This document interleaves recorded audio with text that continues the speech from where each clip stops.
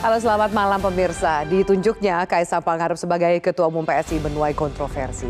Ada yang menilai ini adalah bentuk PSI untuk merebut suara masyarakat dari Jokowi's Effect untuk masuk ke parlemen.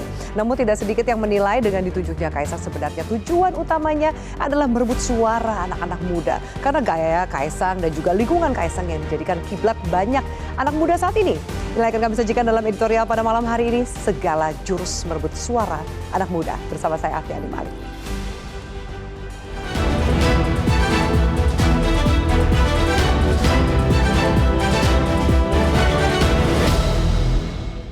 Editorial Malam, edisi Kamis 28 September 2023. Segala jurus merebut suara anak muda.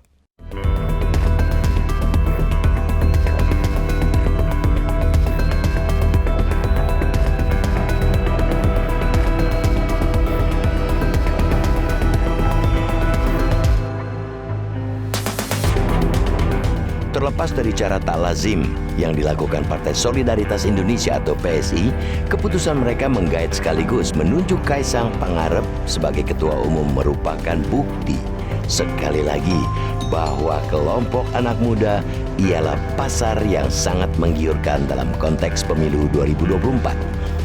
Segala cara boleh jadi akan dilakukan partai politik untuk memikat golongan kaum milenial dan generasi Z. PSI barangkali telah menunjukkan hal itu. Mereka tak memusingkan cara, sekalipun itu harus mengorbankan keadaban demokrasi dalam proses pergantian atau sirkulasi kepemimpinan di tubuh partai. Mereka tidak terlalu memedulikan strategi, sekalipun itu berpotensi meluruhkan asas meritokrasi dan sistem kaderisasi yang seharusnya menjadi spirit perjuangan setiap parpol. Yang penting sasaran mereka tercapai, yaitu menggait sebanyak-banyaknya pemilih muda dengan menyodorkan sosok anak muda sebagai simbol. Dalam konteks hari ini, Kaisang memang menjadi pilihan yang paling rasional untuk menggapai tujuan itu. Citra Kaisang sebagai sosok anak muda yang sukses, yang dekat dengan kelompok generasi penggila media sosial tak bisa dinafikan. Apalagi ia juga putra presiden yang sedang berkuasa. PSI dan semua parpol peserta pemilu tentu sangat paham betapa krusialnya suara anak muda dalam pemilu 2024. Merekalah yang menurut Komisi Pemilihan Umum atau KPU akan mendominasi daftar pemilih pemilu 2024. Dari total daftar pemilih tetap atau DPT yang dirilis KPU, generasi milenial menguasai posisi puncak dengan 68.822.389 orang atau 33,60% dari DPT. Dua lapis di bawahnya ada pemilih generasi Z dengan jumlah 46.800.161 orang atau 22,85% dari total. Artinya, bila generasi milenial dan generasi Z digabungkan, kelompok pemilih muda akan mendominasi lebih dari separuh dari total calon pemilih. Bukankah ini sebuah pasar yang mesti dikuasai bila parpol atau pasangan calon presiden dan calon wakil presiden ingin memenangi kontestasi? Namun tentu tidak segampang itu menggait suara anak muda. Kita tahu golongan generasi muda memiliki karakter, sikap, serta orientasi politik yang berbeda dengan generasi lebih tua. Dengan sebagian besar dari mereka tumbuh dengan beranjak dewasa di era reformasi, daya kekritisan mereka lebih tinggi ketimbang generasi yang besar di zaman Orde Baru. Dengan begitu, cara pendekatannya pun semestinya berbeda. Mereka tidak hanya lebih melek teknologi, tetapi secara umum juga semakin punya ketertarikan, kepekaan, sekaligus kritis terhadap isu-isu yang menjadi permasalahan dunia saat ini, dan khususnya persoalan-persoalan di Republik ini, mulai isu korupsi, demokrasi, ekonomi, lingkungan hidup, pendidikan, hingga perubahan iklim. Dengan fakta itu, kiranya strategi untuk menarik suara anak muda tidak cukup hanya dilakukan dengan menebar gimmick, idiom, narasi, ataupun menyorong-nyorong ikon yang menyimbolkan kelompok muda. Berlomba memperebutkan pilihan anak muda sah-sah saja, tapi juga jangan asal berebut. Berpacu untuk memenangi hati anak muda boleh, tapi jangan pula dengan cara yang kebablasan. Demokrasi, termasuk di tubuh internal parpol, punya mekanisme dan keadaban yang mesti dijaga. Jangan demi meraup sebanyak-banyaknya suara pemilih muda, mereka lantas semena-mena menggunakan cara-cara yang justru melunturkan ruh demokrasi yang semestinya menjadi pegangan parpol sebagai salah satu pilar demokrasi.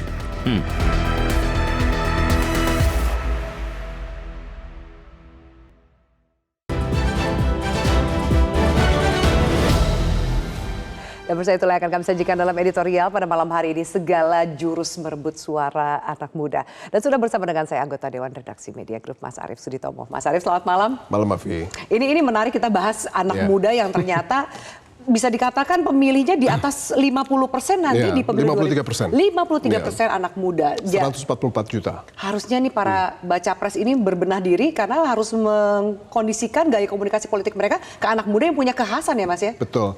Jadi 53%, 144 juta. Jadi bagi para politisi, mau itu yang akan berlaga menjadi anggota parlemen atau jadi pucuk pimpinan nasional sebagai capres-cawapres, itu mereka harus lihat. Mereka anak-anak muda ini bukan elemen yang sepele ya, karena Gen Z itu ada kurang lebih 75 juta, millennials itu ada 69 juta.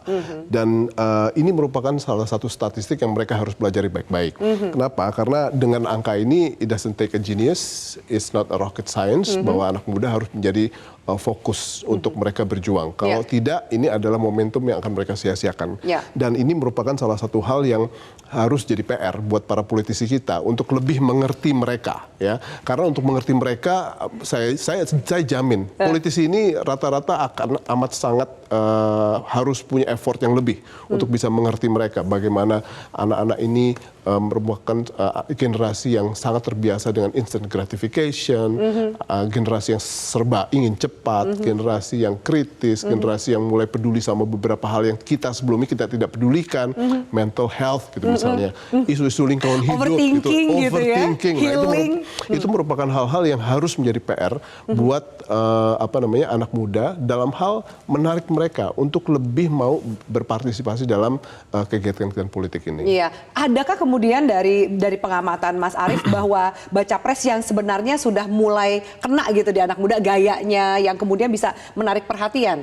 Ya, saya melihat tiga-tiganya sudah mulai menjurus ke arah sana ya. Bagaimana sekarang misalnya Pak Ganjar atau Pak Prabowo atau bahkan Pak Anies sudah mulai mengeluarkan senjata rahasia mereka yang tidak pernah terpikirkan ya. Misalnya kalau saya pengamatan saya, salah satu senjata rahasia yang sudah mulai secara ofensif sudah mulai digadang-gadang atau mulai digunakan oleh Pak Ganjar adalah anaknya. Muhammad Zainuddin Alam Ganjar ya, itu sudah menjadi salah satu secret weapon yang sekarang sudah mungkin mulai digunakan untuk mengattract anak-anak muda. Lalu Pak Prabowo misalnya ya, dengan menggunakan Bobby the Cat gitu ya. Kucingnya, oke. Tapi kucingnya ternyata followernya tinggi juga loh, Mas. Tinggi, itu punya basis fans sendiri tuh Bobby the Cat itu. Kalau Alam Ganjar sudah punya 140.000 follower. Bobby the Cat itu punya kurang lebih Instagram akunnya punya 64.000. Dan senjata rahasianya juga mungkin yang salah satu akan digunakan oleh Pak Anies juga kucing gitu ya. Oh gitu ya. Pos Wedan. Itu Instagramnya masih 12.000, tapi saya pikir ini akan nambah terus bertambah terus. Jadi beberapa gimmick, beberapa hal yang terkait dengan bagaimana anak muda itu berkomunikasi lewat hal-hal yang tidak terduga-duga. Jadi lewat bagaimana mengatrak mereka lewat kucing, lewat anaknya, ya, yang katanya wajahnya mirip aktor Korea gitu ya. Jadi kedekatan dengan pemilih muda menggunakan bahasa-bahasa mereka, kegiatan-kegiatan mereka gitu dan kan. Tidak digunakan, mereka tidak menggunakan cara lama ya dalam hal memaparkan visi misi mereka. Yang terlalu kaku mungkin. Betul. Dan jadi ini merupakan salah satu hal yang kita akan harus terbiasa ya untuk melihat bahwa ini adalah secret arsenal yang pada dasarnya baru mereka akan keluarkan. Siapa yang sangka ya ternyata maksudnya hal-hal yang humanis bersifat lebih intim dan keluarga justru bisa menjadi senjata ampuh mendekatkan ke anak-anak muda ya. Betul, dan Afi, salah satu hal yang mungkin bisa kita dapati adalah bagaimana pendapat anak-anak muda itu bisa benar-benar beralih, benar-benar menjadi salah satu faktor penentu untuk mereka memutuskan siapa yang akan mereka dukung itu adalah hal-hal yang sebenarnya tidak pernah kita sangka-sangka gitu ya. Ada beberapa anak muda yang bilang, oh Pak Ganjar adalah seorang ayah yang cool gitu ya, mendidik anaknya dengan gitu baik, asik gitu ya. Dan itu menjadi salah satu hal yang menjadi daya tarik misalnya. Atau Pak Prabowo di balik sosoknya yang tegas ternyata dia juga lembut sekali gitu. sama kucingnya gitu ya. Dan itu menjadi salah satu daya tarik yang mungkin juga akan dieksplor habis-habisan gitu ya.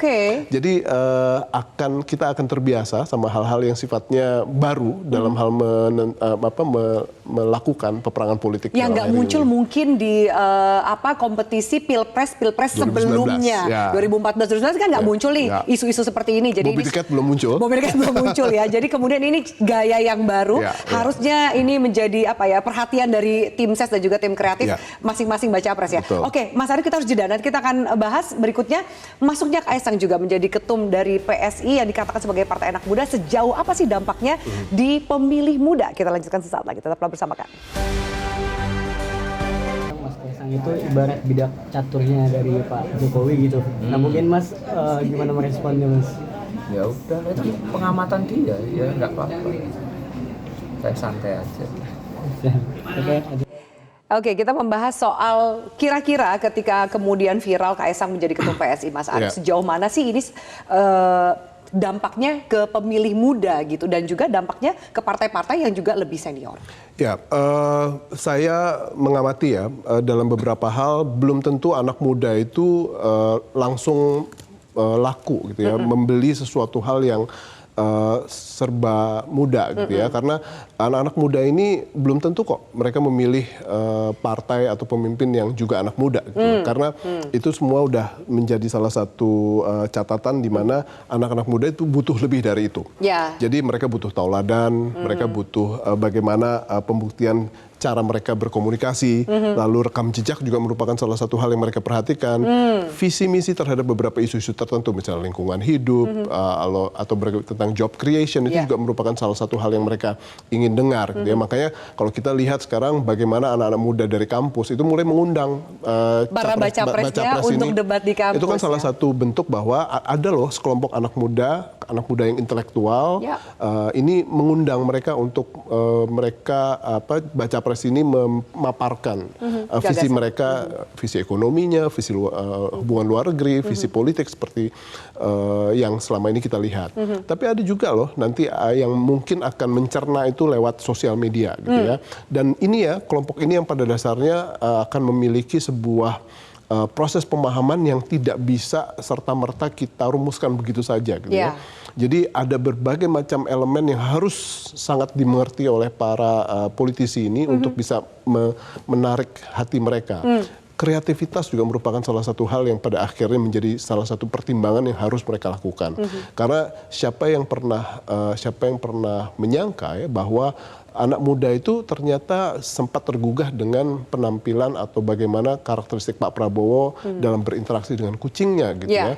Itu kan merupakan salah satu hal yang menjadi catatan gitu ya.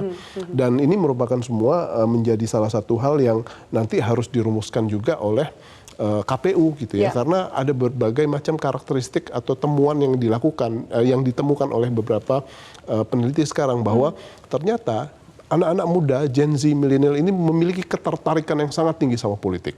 Tetapi dalam hal partisipasi mereka sangat rendah atau lebih rendah dibandingkan dengan generasi yang lebih tua. Dan ini semua juga diperparah lagi bahwa mereka juga mementingkan hal-hal yang sifatnya non politik. Jadi kalau misalnya 14 Februari 2024 nanti itu adalah pemilu yang akan jatuh di hari Rabu. Dan tiba-tiba hari Valentine, hari kasih sayang. Kita harus memastikan bahwa mereka bukan saja hari kasih sayang, tapi hari kasih suara, gitu ya. Nah, ini merupakan salah satu catatan. Kalau anak-anak ini lebih memikirkan bahwa hari Rabu itu hari libur, sementara Kamis Jumatnya dijadikan hari kejepit nasional dan mereka vakansi atau mereka liburan keluar kota dan tidak peduli dengan memberikan suaranya. Ini merupakan salah satu hal yang harus kita antisipasi. Oke. Oke. Karena jangan sampai ada segelombang anak muda yang tidak peduli, mereka lebih memikirkan healing, memikirkan mental health, jalan-jalan, dan ini merupakan salah satu hal yang kita harus Jadi ini tugasnya antisipasi. bukan cuma kemudian para peserta pemilu dan juga tim sesnya, tapi KPU juga KPU bagaimana juga. menjaga suara Betul. dari anak muda ini ketika mereka punya ketertarikannya tinggi, jangan sampai berhenti di situ, Betul. sampai kemudian Betul. menggunakan hak pilih mereka di 14 Februari Betul. nanti ya, Mas Arief. Oke, kita harus jeda kembali, Mas Arief. Kita akan lanjutkan seperti apa juga suara dari netizen, kita bahas sesaat lagi.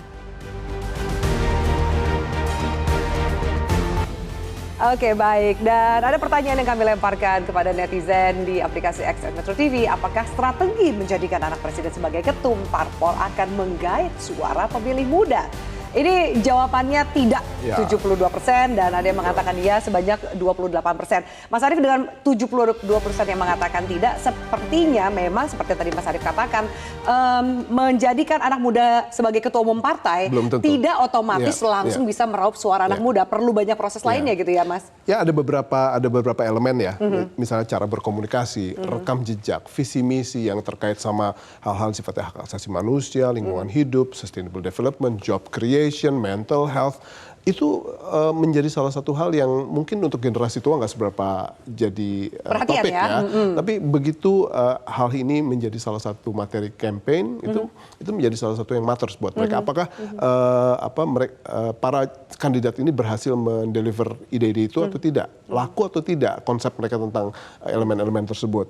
Lalu hal yang juga lebih penting adalah sekarang citra. Ya. Anak muda itu sangat-sangat sensitif atas hal tersebut. Bagaimana pencitraan kandidat itu lewat sosial media. Karena kan banyak hal yang membuat sekarang batasan-batasan privacy atau pribadi itu jadi lebih tipis dengan sosial media. Dan saya melihat bahwa pada saat 2014-2019 Jokowi itu tidak menjadikan anak-anaknya menjadi salah satu elemen perang gitu ya. Tapi kalau sekarang saya melihat bahwa potensi dari keluarga itu bisa menjadi salah satu hal yang juga digunakan untuk secret weapon dari para kandidat ini. Jadi citra yang terkait dengan para kandidat ini merupakan salah satu hal yang akan diolah sampai sedetail-detailnya semaksimal mungkin. Lalu bagaimana mengkombinasikan kalau kita bicara soal segala jurus yang akan dilakukan untuk berebut suara anak muda, tapi ada generasi senior yang juga mungkin punya isu penting untuk mereka yang agak berbeda. Jadi bagaimana meramunya supaya kemudian jelas gagasan yang ditawarkan adalah untuk semua kalangan, Mas Arief? Betul, itu juga jadi tantangan karena yang namanya keseimbangan itu memang menjadi salah satu hal yang cukup krusial ya bagi para capres atau para kandidat untuk menemukan equilibrium baru di 2024 ini. Metodenya dan pendekatannya seperti apa. Sehingga kalau misalnya sekarang ada 53% jumlah pemilih muda, yang tua juga nggak kecil-kecil amat gitu ya. Jangan dilupakan gitu ya. Jangan dilupakan. Jadi ada 47% yang juga harus menjadi orang-orang yang diperhatikan. Tapi saya melihat bahwa yang 47% ini bukan orang-orang yang sulit ya, karena selama bertahun-tahun pemilu-pemilu terdahulu sudah menjadi bagian yang secara klasik, secara tradisional menggunakan cara-cara yang lebih lama, lebih tua. Jadi bagaimana sekarang mereka menggunakan cara baru itu loh, yang pada akhirnya kita juga sendiri sebagai publik harus membiasakan. Sekarang itu merupakan trik dari politisi yang akan berlaga di 2024. Oke, kita lihat seperti apa ramuan dalam mengerahi suara generasi senior maupun generasi muda di pemilu 2024. Terima kasih banyak Mas Arief untuk diskusi kita pada malam hari ini, dan juga pemirsa terima kasih banyak atas atensi Anda. Kita akan jumpa lagi di editorial malam pekan depan. Have a nice weekend. Sampai jumpa.